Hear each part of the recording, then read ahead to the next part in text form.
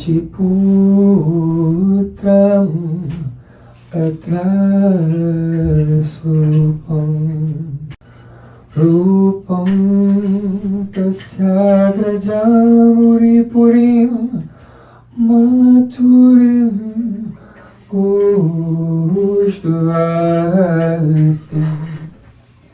Radha Kundam Adivaram Ahuradika Madhuvasam Rapto Yasya Patita Kripaya Sri Guru Tannatusmi Gurave Gaurachandraya Radhikaya Tadali Krishnaya Krishna Bhaktaya Tad Bhaktaya Namo Namah Anandalilamaya Vigrahaya Himabhadvyacchavi Sundaraya Tasmai Mahapremarasapraya Chaitanya Chandraya Namo Namaste Chaitanya Chandraya Namo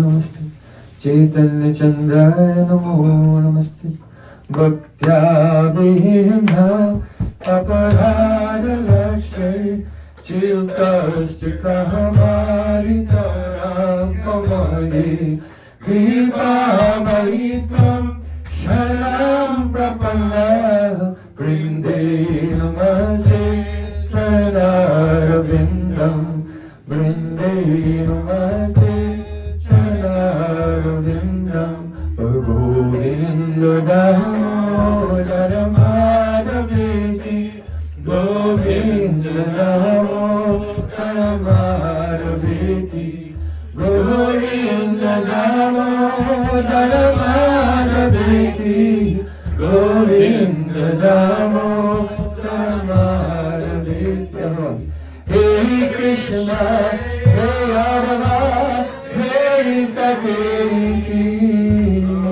Govinda Damodara Madhaviti Sham Sundar Shikanda Shikha Smahas Murali Manoira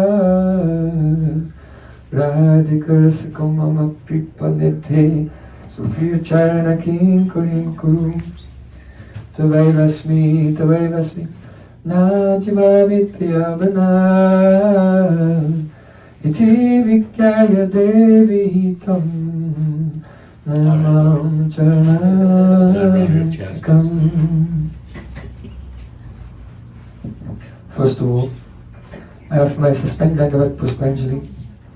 My heart's like flowers thousands and thousands of times at the lotus feet of my holy master, my supremely worshipable spiritual Gurudev, Asmideya Paramarada Tama Guru Pada Padma, Nitirila Pravishta Om Vishnu Pada, Ashtotara Satasri Rupanugacharya Vaya, Sila Bhakti Vedanta Narayan Goswami Maharaj.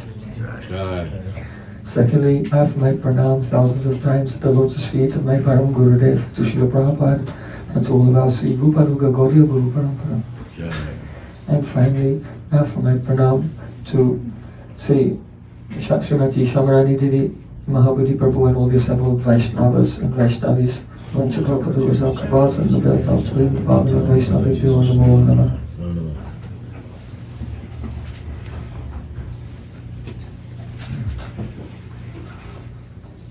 So for 2 days now, the third day, we have been hearing the wonderful glories of transcendental personality, associate of Supreme Lord Sri Satchidananda Gauri and Radha Krishna, our Gurudev, who very mercifully appeared into this world, sent by Radhika herself to bring us to her lotus feet. One very essential, important teaching that Srila Gurudev often would say is, don't criticize anyone. This is so important. Why? Because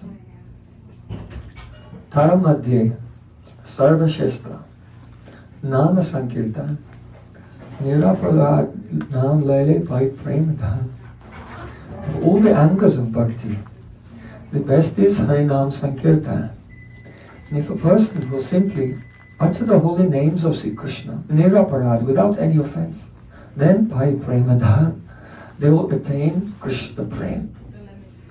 Srila Ishwar Puripad told Sri Chaitanya Mahaprabhu, Krishna Nama Mahamantra Eito Swabhav Jai Jape Tare Krishna Upajay Bhav.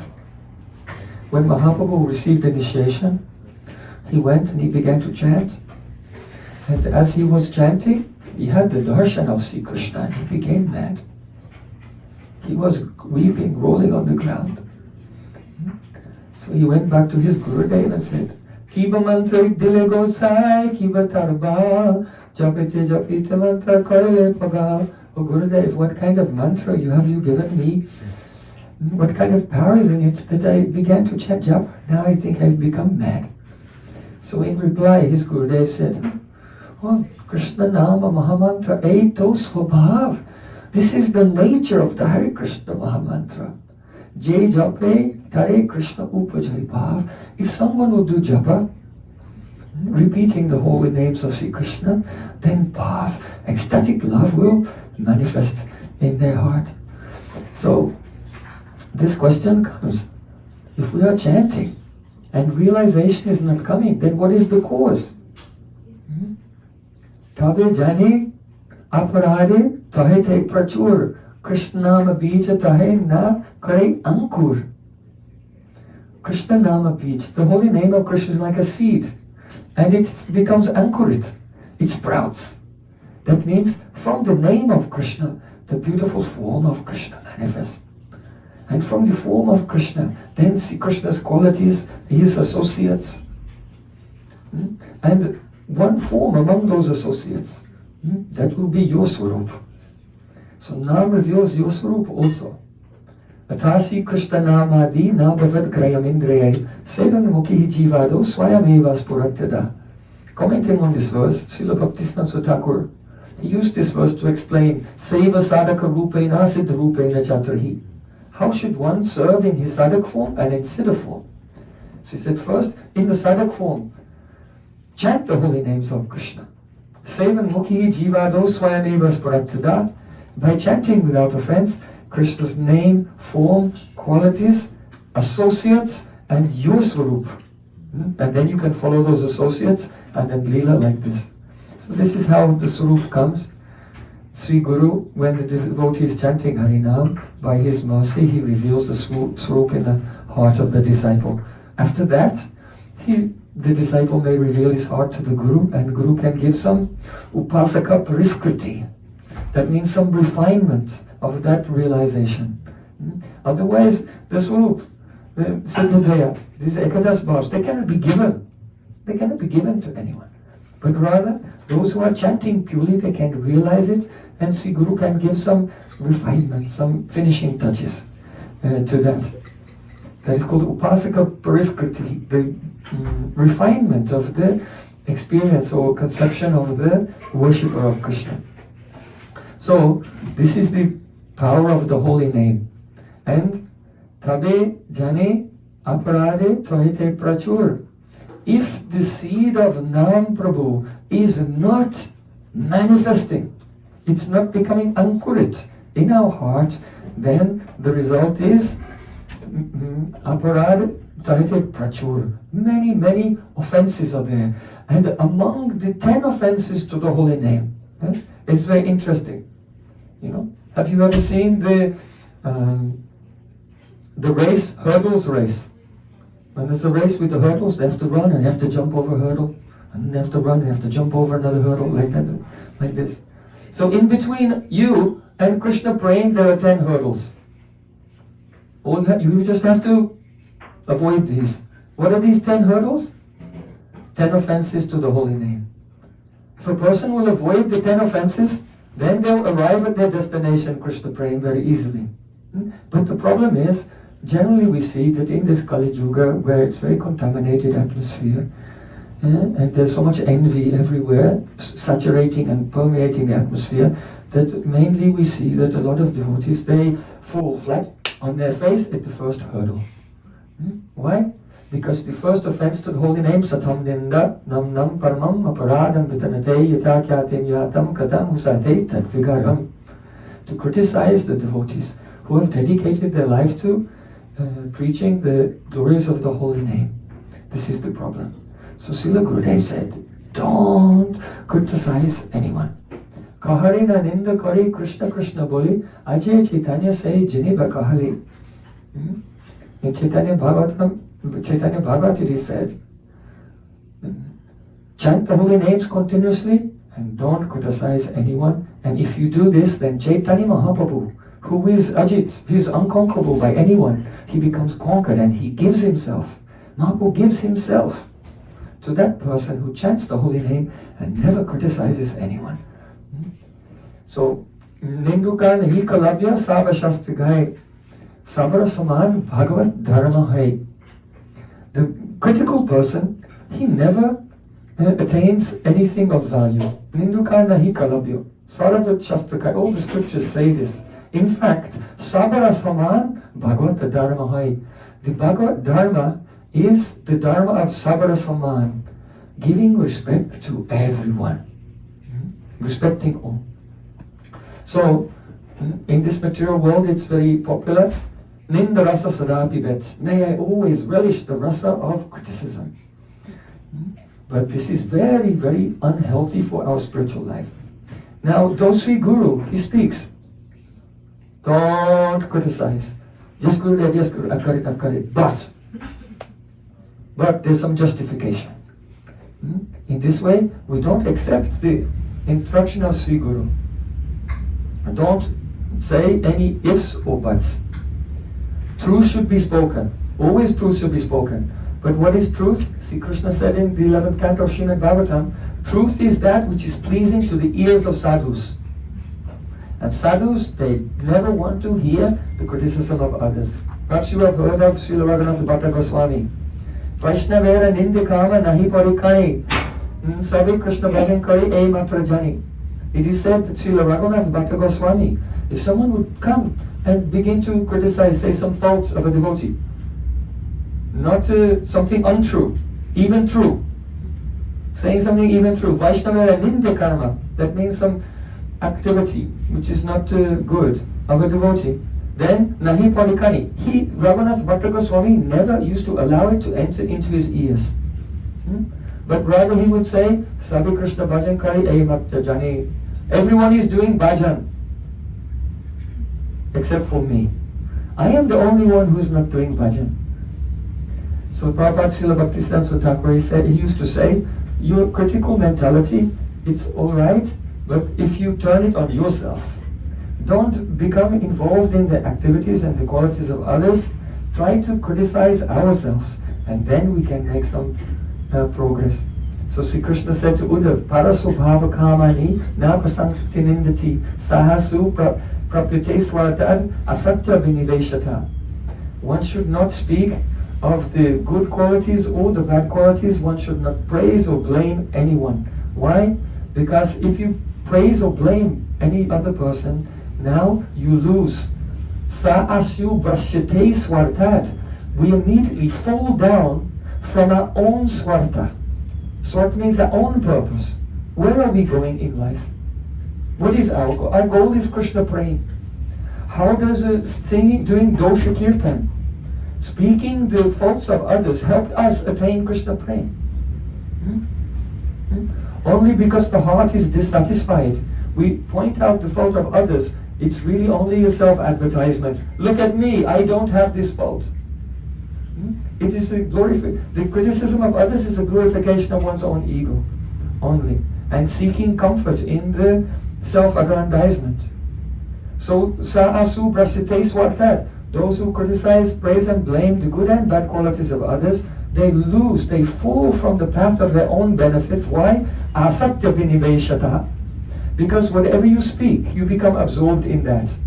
Because in order for words to come out from your mouth, they have to go first, the vibration of pran, goes from when you speak. The speech begins in the Muladhara chakra, and it goes through the mental and intellectual phase and then comes out of the mouth. So to speak something, whatever you're thinking of, it has already taken control of your manobritti, your chitta brittis, internally. Whatever you speak, it absorbs your mind. So if a person is speaking the faults of others, that means their mind is absorbed in the faults. But these faults, asakta vidiveshata, they are the qualities of Maya. The faults of others, they are the qualities of Tamagun, the qualities of Rajagun. So now our mind is absorbed in Rajagun and absorbed in Tamagun. So then we have lost our progress towards our goal of life. So Srila Prabhupada, Srila Bhaktisiddhanta Thakur used to say, Agyahi doshi. Doshi means the culprit. In this world we see so many problems. Yesterday we were hearing from Srimati Shamarani Didi, and she was saying how Bhaktivinoda Thakur has prayed, Atmani Vedana tu apode kori hoinu parabasuki dukkha dure gelo chintana rohilo charike ananda deke. Oh my Lord, oh Gurudev, since that moment I surrendered to you, all my worries have gone far away and I see joy in all directions. So, if a person is not surrendered, then they will always think there are many, many problems. The truth of the matter is that Sri Krishna is Supreme Lord. Suridam Sarvabhutanam. He's the best friend of everyone. He is the Parameshvara. He is the controller of everything. So nothing bad ever happened in the past, in the present, or the future. And so if our mind is absorbed in this, now we have gone in Maya. And those who are surrendered, they're not concerned with these things. They're joyful and absorbed in seva to their parampara. They're always looking up towards Gurudev, Parama Gurudev, Paramesti Gurudev, Parapara Gurudev, Six Goswamis, Sachinandan Gauri. So, but if a person is not surrendered, then they see the world is full of problems everywhere. Also, Rasika yesterday, I was very inspired by all that yesterday. Tulsi yesterday, she was quoting the verse, Tattenu kampam susumekshamano. What does the verse mean? It means that person who sees mercy everywhere. He sees the Lord's mercy everywhere.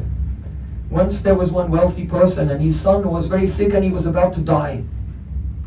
And Prabhupada Bhaktisiddhanta Thakur, he went to see him and he said, you are a sadhu, please bless me that my son will live.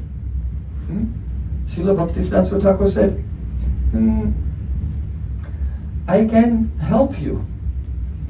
I will not change the destiny of this child, that the child should live, but I'll help you see it in the proper way. He said, no, you're a sadhu, you should stop my son from dying. Then Srila Bhaktisiddhanta Thakur became very firm and he said, I will not engage in a campaign to obstruct the will of the Supreme Lord Sri Krishna. This, you see the difference between the vision of the pure devotee and the vision of the materialist. The materialist sees problems everywhere and he's trying to fix them. And the pure devotee sees Krishna's mercy is everywhere and he's appreciating it and he's very grateful for that. That is Tattenu kampam susumekshamano. So Prabhupada Bhaktisiddhanta Thakur said that I am not going to engage in a campaign to impede the will of the Supreme Lord. If it's the will of the Supreme Lord that the soul should leave, he should leave, and that's mercy on all of us, to help us become detached. We are averse to Sri Krishna and we're very attached to this world. So Supreme Lord Sri Krishna is so merciful that he is, when there's a festival, then everywhere is decorated with beautiful garlands. So Prabhupada Bhaktisiddhanta Thakur said the Supreme Lord is so kind and so merciful that He's decorated the whole universe with beautiful garlands of problems to help us become detached and turn away from our material attachments and be dedicated to His lotus feet. So the mentality of the pure devotee and the conditioned soul is completely different. So the conditioned soul is always looking for a culprit. Who is to blame? To whom can I point the finger? So Prabhupada Bhaktisiddhanta Thakur said, Agya hi doshi. Doshi, who is the culprit? The culprit is Agya, avidya, ignorance. If someone is against you, if someone is speaking some apasiddhanta, even someone is making some problem, then one should not become angry with them, but rather one should say, Agya hi doshi. The culprit is the avidya, the ignorance. Hate the sin, but not the sinner. In this way, the devotee's heart is always peaceful, he's very kind and helpful to everyone, without becoming angry. Akrodha Paramananda Nityananda Rai. See, Guru is a manifestation of Nityananda Prabhu. So it is said that Nityananda Rai is Akrodha Paramananda, full of bliss, and he never becomes angry with anyone. If a pure Vaishnava will show some anger, then you should know that this is also only kripa to purify us. So Agya doshi. It is how to behave when there's a problem, when there's a difficulty, when there's a scandal. Then I saw, when I was staying very close to my Gurudev, sometimes once there was a big scandal, a big problem, and everyone becomes running around excited and sensationalism here and there, and devotees began to criticize also different people. And Gurudev was very calm and peaceful. And then he said to me, you should see the situation in this way. Swapada mulam vajata priyasya chaitanya bhavasya hari parisha vikarma yascho patitam katanchit dunoti sarvam hridisani vistaha. If there's a devotee and they are dedicated in service to the Supreme Lord, but somehow or other, some vikarma, some fault comes in them, then for a devotee, they have no need to do any karma kanda, any prayastita, Vedic atonement or anything. But rather you should think, dunoti sarvam hridisani vistaha. In the heart, Krishna is there, and see Krishna, because he's very kind to his devotees, he will clean everything away and make everything pure. So have faith in that. So I know, I can say from my own experience that in such a situation, I would not know how to behave or how to see the situation. But by being with Gurudev and directly he's looking in my eyes and pointing at me and saying this verse and planting this verse in my heart, then the wisdom comes. Actually, in our conditioned state, we don't know what is good for us and what is bad for us, what is beneficial and detrimental. This is Sanatana Goswami's first statement to Mahaprabhu. Apanara hita hita kichu enajani, gramya vyavahara pandit thai satyamani. Oh my Lord, I don't know what is beneficial for me and what is detrimental for me. But in the marketplace, the common people, they all call me a pandit, and I'm so foolish I believe them. So, giving up our own false ego, giving up our own idea of what is right and wrong and how to behave, how to think, how to respond to various situations, we have to be in anugatya. Anugatya, under the guidance of pure Vaishnavas, and learn from them how to walk this path of pure bhakti.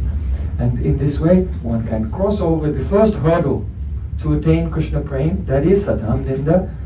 Never criticize any devotee, that offense will not be there. And then there's only 9 other offenses we have to give up, and then at the heart we become flooded with Krishna Prem. Now, one more topic I wanted to speak about this morning, about important teachings of Srila Gurudev. And it's very deep. Very, very deep. Sometimes Srila Gurudev used to say, when I do Archana, it's Bhajan. And when you do Bhajan, it's Archana. What does it mean? What does it mean? So, it's very profound. It means that in our devotional life, we're using so many words. We use words like a guru, a disciple, bhakti, sharanagati, shravanam, kirtanam, smaranam, pardasevanam, and there's a vocabulary that we use. But all the vocabulary that we use, it can be understood in different ways. There is, in Sanskrit, words have Mukhya Vritti and Gona Vritti, the direct meanings and the secondary meanings. For example, if you say Gangayam Goshaha, it means the village on the Ganges. So the direct meaning, the Mukhya Vritti, is village on the Ganges. But is it possible to build a village on the Ganges? No. So in this case, you cannot take the Mukhya Vritti, the direct meaning. So Gangayam Gosha, you have to go to the Gona Vritti, secondary meaning. That is called Lakshana Vritti, associated meaning. So Gangayam Gosha, the village on the Ganges, actually means the village on the bank of the Ganges. Otherwise, it's another type of vritti, it's called Vyanjan Vritti. Vyanjan Vritti means the suggested meaning. So if someone says, oh, how can I go to your house? I want to visit you. How can I go to your house? Then you say, Gangayam Goshaha, my village is on the Ganges. So then here, the Vyanjan Vritti, or the suggested meaning is, you can visit me by boat. Take a boat and come because my village is on the Ganga, like this. So there are different ways in which the words can be interpreted directly, indirectly, and by associative meaning, Lakshan Vritti, and Vyanjan Vritti, by suggestion. Now the direct meanings, they also have two parts. That is called Rudhi Vritti and Yoga Vritti. So Rudhi means the conventional meaning of the word. What does it mean? Conventionally, among common usage of the people. And Yoga Vritti means the etymological meaning. What's the meaning of the word according to, if you break it down, what are the parts that compose it? For example, if you say the word Pankaj, what does Pankaj mean? What does Pankaj mean? Lotus. Lotus, yes. Thank you, Shamrani. So Pankaj means lotus. But neither the word Panka or Ja refers to lotus. Panka means mud and Ja means born. You see? So Pankaj by Rudhi Vritti, that is by conventional usage, it means lotus. But Pankaj by Yoga Vritti, by etymology, it means born from the mud. So many things grow in mud. There are so many different plants and things that can grow in the mud. But in Rudhi Vritti, in the conventional usage, when we say Pankaj, we don't mean any of those things, we just mean one thing. We mean lotus. So now you understand what it means, Rudhi Vritti, conventional meaning. Srila Bhaktisiddhanta Thakur explained, this Rudhi Vritti also has three divisions. That is called Vidvat Rudhi, Sadharan Rudhi, and Agya Rudhi. So Vidvat Rudhi means, what does this word mean to a Vidvan, Vidvat Anubhav? That is the person who is enlightened, whose heart is impure. What is their realization of the meaning of this word? That is called Vidvat Rudhi. Then there is Sadharan Rudhi. That is a person, there may be a Brahmin, they may be in the mode of goodness, and they take the meaning of the word according to the dictionary. But then there are persons in tamas and rajas whose consciousness is more contracted, and they have a more limited understanding, only related to the physical experiences of the gross world. So these are three types of vritti. So Gurudev, he's used to speak about Vidvat Rudhi Diksha. Once he said to me, it looks like I am giving Diksha to hundreds of people, but actually I have given Diksha to only 2 or 3. Because Diksha in Vidvat Rudhi means Karna Bhed Sanskar. Karna Bhed Sanskar. In your life, there are so many sanskars which are performed, 10. From Garbhadan Sanskar before you are born, and then you are born, and there's a Jat Karma and Nan-Karan Sanskar, cutting the umbilical cord, giving a holy name, first grains, writing the first letter, being married, and so on. And then there's a sanskar also after you die, after you pass away, performed by your descendants. So these are sanskars. So one of the sanskars is called Karna Bhed Sanskar. It means ear piercing. So Diksha The word diksha, according to Vidvat Vritti, is a karna bhed sanskar. It is a piercing of the material covering of the ear. Now the soul is covered by the material sense of hearing. But when the disciple surrenders completely at the lotus feet of Sri Guru, when there is only the pranipat vritti and the pariprashna vritti and seva vritti in his consciousness, surrender, inquiry and service, then when Sri Guru speaks the Shabda Brahma, transcendental sound, it pierces the material covering of the ear and then enters into the Vidakash, the sky of the heart. When that sound enters into the sky of the heart, there are two types of space. There is a material space, which is the Paritschinna. It is khanda. It is divided by time, place and circumstances, by past, present and future. And then there is the Chidakas, the spiritual space. If there are some words which are spoken in material space, then these words indicate something. They indicate something. So the word is one thing and what they indicate is something else. But when the Shabda Brahma, the Vedic sound, pierces the ear of the disciple, then this sound and the object, that space is not parischina, it's undivided. So when that sound goes into the Chidakas, the spiritual sky of the heart of the devotee, the sound and the object is exactly the same thing. They are not two things. So this is the meaning. Yasya devi parabhakti yatha deve tathagaro tasyaiti katita hyata prakashante mahatmana. To that person who is, as he is dedicated to Krishna, has parabhakti to Krishna, similarly has Shuddha bhakti to Sri Gurudev, then tasyaiti katita artha. Katita means spoken and artha means the object. That which is spoken, the very object to which it's referring. No, it's not referring. The sound and the object is the same thing. And when Sri Guru speaks, then that object, prakashanti mahatmanana, it immediately appears within the heart of the disciple. So this is stated in the beginning of Srimad Bhagavatam. Sadyo ridyavarude teyatra kitibi susru subistachanat. Sadyo. Immediately when the disciple listens to the Srimad Bhagavatam, Krishna becomes captured in his heart. In the third canto it is said, Yatte todiya charnam bhujakosha gandham jigranti kana vivarai shutivata nitam bhaktya grihita charana parayata tesham napaisinata hridayam burayat supumsam.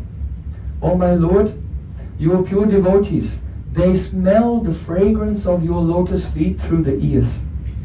Very beautiful. Jigranti. Jigranti means they smell. Karna vivarai, through the holes of the ears. Sruti vartanitam, by listening to the air of the Vedic sound. Enters into their ear and they have a darshan of Sri Krishna's lotus feet and they smell the fragrance of his lotus feet through the ear. So this is Vidvat Vritti. This is the Vidvat Vritti. So this Vidvat Vritti has been described by Chaitanya Mahaprabhu in Shikshastakam, Vidyavadhu Jivanam. This Sankirtan is the life and soul of transcendental knowledge. Mahabodhi Prabhu was asking me, someone is learning something, well, can it be just like Gyan? Maybe it's just Gyan, and we should not be involved in that. But actually, anything, if someone is listening, and that sound is not manifesting there and then, in that moment within the heart, then it's not anything. Srila Gurudev used to say, theoretical knowledge is no knowledge. Is that right, Shamariji?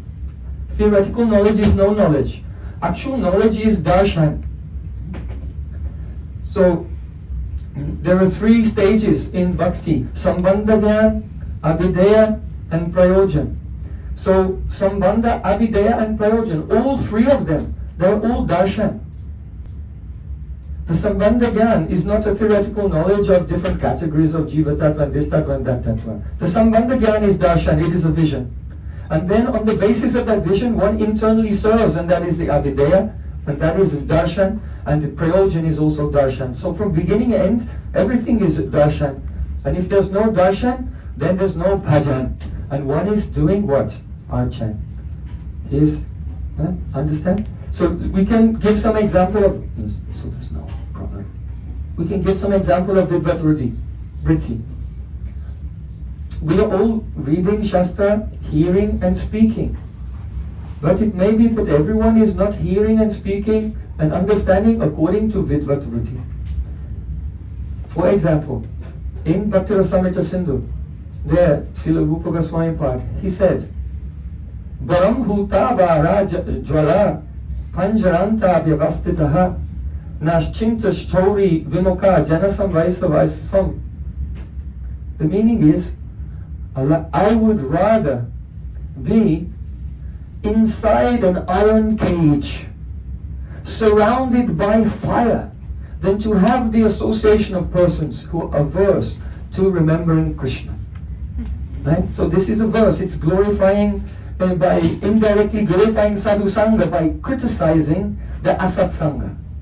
Asat sangha. So I would rather be in a cage of iron and lowered into a blazing fire than to have the asat sangha of those persons who are not doing the chinta, remembrance of Sri Krishna.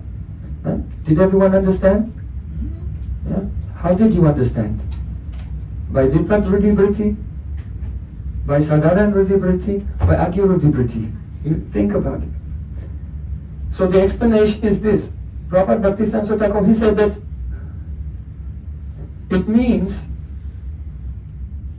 I would rather be in the cage of iron and surrounded by fire than have the association of that person who takes his japamala in his hand like a person takes the reins of a horse. What does that mean? When you get on a horse and you take the reins, now you're the driver, you're in control. Like this. So if someone's taking the mala, say, okay, now I'm going to do bhajan, here we go, let's do the bhajan. Hare Krishna, Hare Krishna. All kartritva abhiman, all coming from the false ego, all initiated from this worldly platform, without any surrender, with bodily identification, with mental identification. So this is not bhajan. So, Gaur Premanande Hari Hari Bol. Then he said, I would rather be in a cage, in an iron cage surrounded by fire, than associate with the person who takes his mala like a person holding the reins of the horse, or that person who does not, in every syllable of the name, relish the sweetness of Sri Krishna's Swarup. If a person is not relishing the sweetness of Sri Krishna's Swarup in every syllable, this is asat sangha. And it's better to be in the iron cage surrounded by fire. This is the Vidvat Vritti meaning of the verse. Why? Because we use these words, Sravanam, Kirtanam, Smaranam. But what do they actually mean?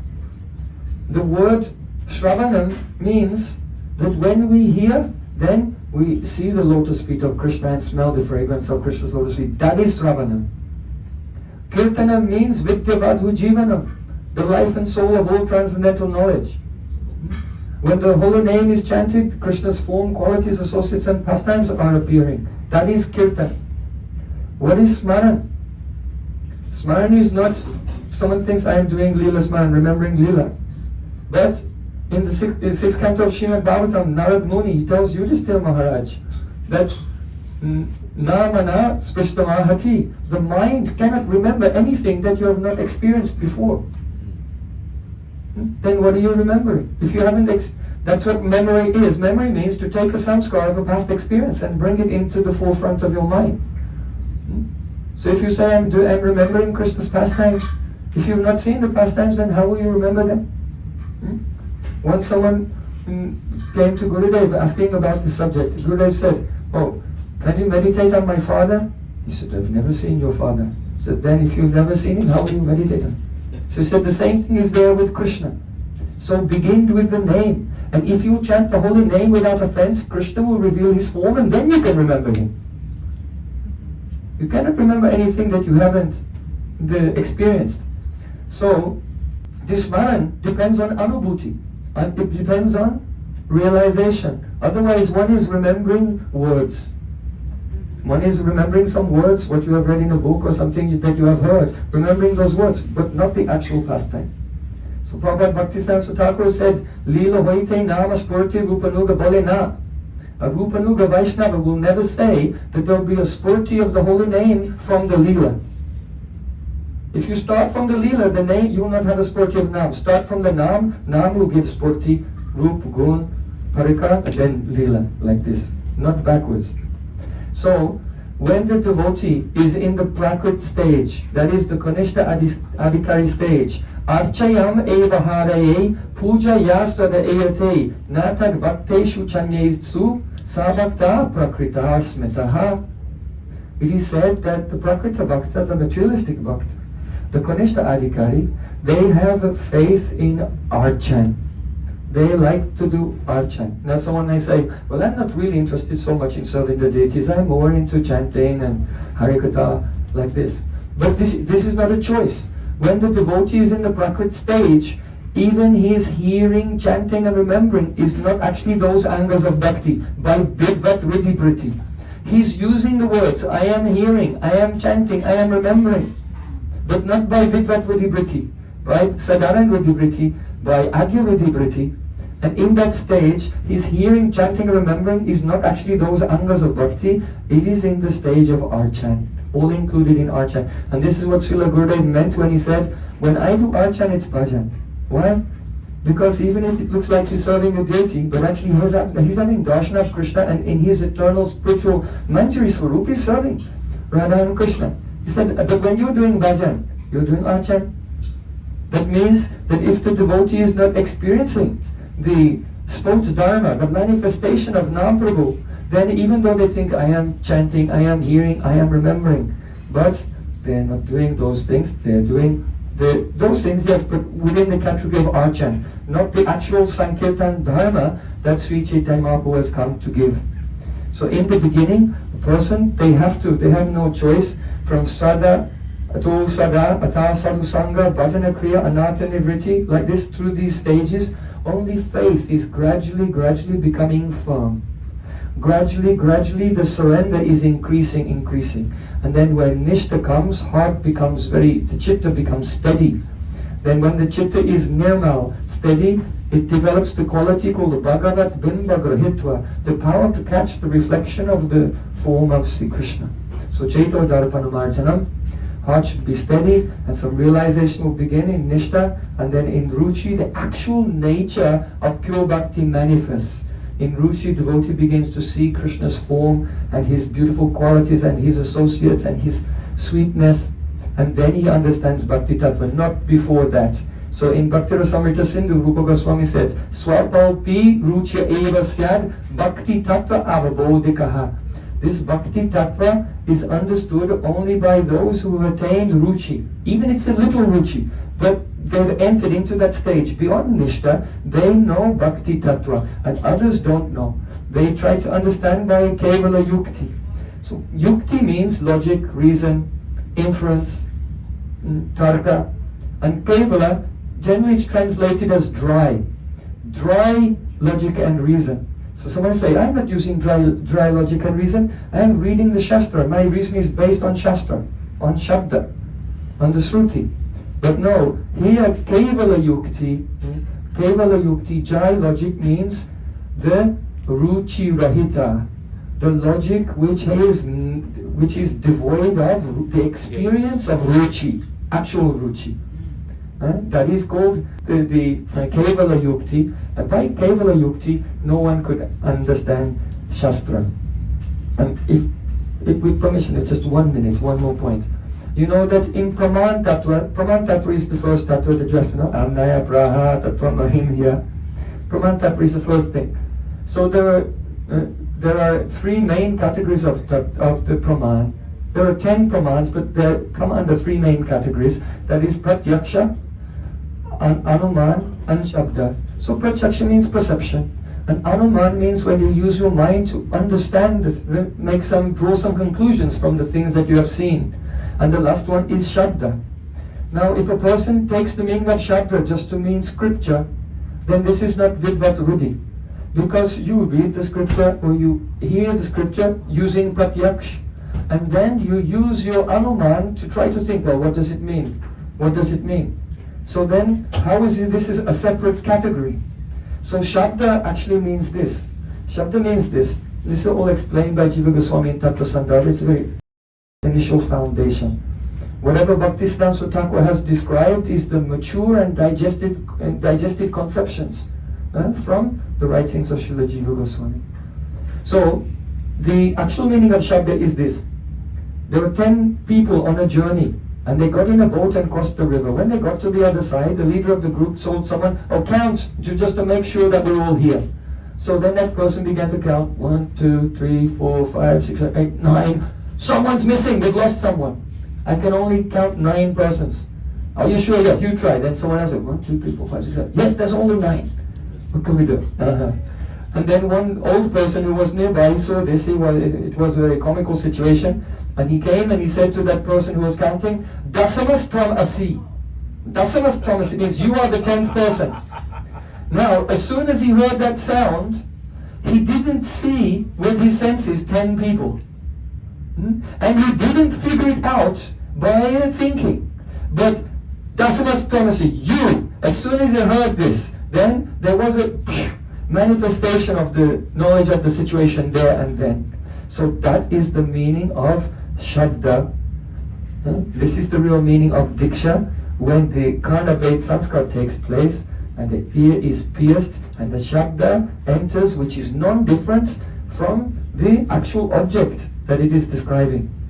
So in this way, I am giving my pranam to Srila Gurudev and praying that we can all try to enter deeply into his teaching in regard to what is the difference between Archana and actual Bhajana.